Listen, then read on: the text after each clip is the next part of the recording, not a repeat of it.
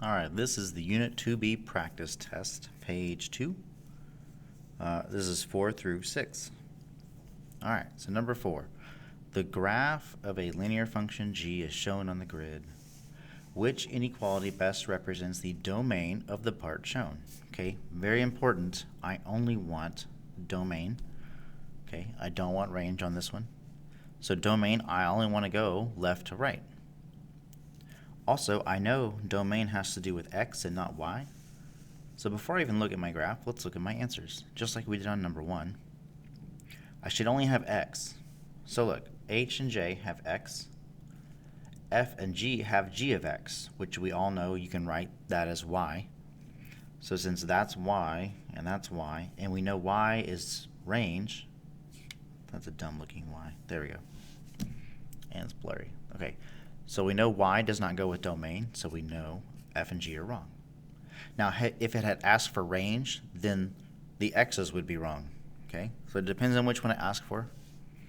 But domain is always x. And look, it gives me the numbers. Again, I just have to make sure which one's underlined, which one is not. That's what I'm focusing on here. Okay, so from left to right, I'm going to go left is here, right is here. Left is a closed circle, which means I'm going to have -3 and closed is underlined.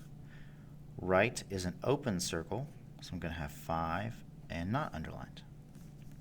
So I should have -3 less than and equal to x less than 5. Okay, so the one that matches would be j. Because again, I underline the -3 and that one's not. I don't underline the 5 and that one is. So these are completely backwards. So J is the correct answer. All right, number 5. Determine domain and range. If you can't tell, this is a lot of domain and range. The first 5 questions of the graph below. Now this one is similar to number 3 that was horizontal, except this one is vertical. Okay? So vertical, I'm going to do domain again first. So domain is left to right. Now if I notice on my graph, because I go straight down, I have no left and right. That line never turns left and never turns right. It just goes straight down. So I'm on the same number the whole time. And if we notice, that's -4, -8, 12, 16, 20, right? So these lines are going by 2's. So -2, 4, 6, 8, 10. So my domain should just be -10, nothing else. So look at my answers. A, all real numbers. Well, that's wrong. We just said it was -10. B, -10. Okay, we're good there. C is -10, that's good. And then D, all real numbers, that is wrong. Okay, so again, looking at just domain, we've gotten rid of half our answer choices.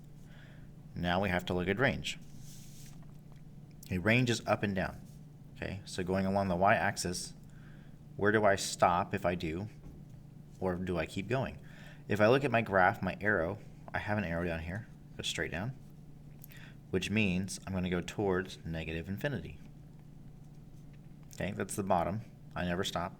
Now notice there is no arrow on the top because there's an open circle right here, which means if I go up to this line and I stop right here, that's my highest point, that's 0. So I'm from 0 to -infinity.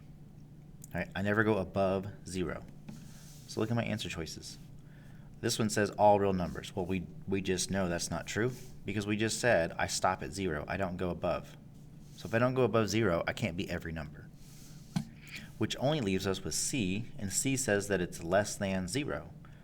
Okay, well we know that's true because I don't go above 0. If I don't go above 0, then I'm less than 0. That kind of makes sense. Okay, and that's the answer to 5. 6. The graph of a linear function g passes through the points, and then it gives you 2 points, right? Which, I mean, you don't really need to use those. That's not important. But it does say, what are the slope and y-intercept of the graph? So really, I'm just trying to find slope, find y-intercept, and if I look at my answer choices, they're all mixed up. So only one of them is going to match for both. Okay, for me, I like to do the y-intercept first because it's a lot easier. So I'm either at 2 or I'm at -2. Well, if I look at my graph, my y-intercept is where it crosses the y-axis. I can very clearly see that is right here, which is -2. Okay, so if I know I'm -2, these positive 2's are wrong. So G is wrong, H is wrong. Okay, so I have these two left. Now, my slope is either -5/3 or -3/5. This is where I will need to find a second point. So I found this one, that's the y-intercept, that was easy. And then I need any other point, it does not matter. Now you can use the points in the question if you want to. I'm just gonna look at the graph, okay? So if I follow my graph, you can go you can go left and find a point, you can go right and find a point. I'm just gonna go right and find, there's a point right there.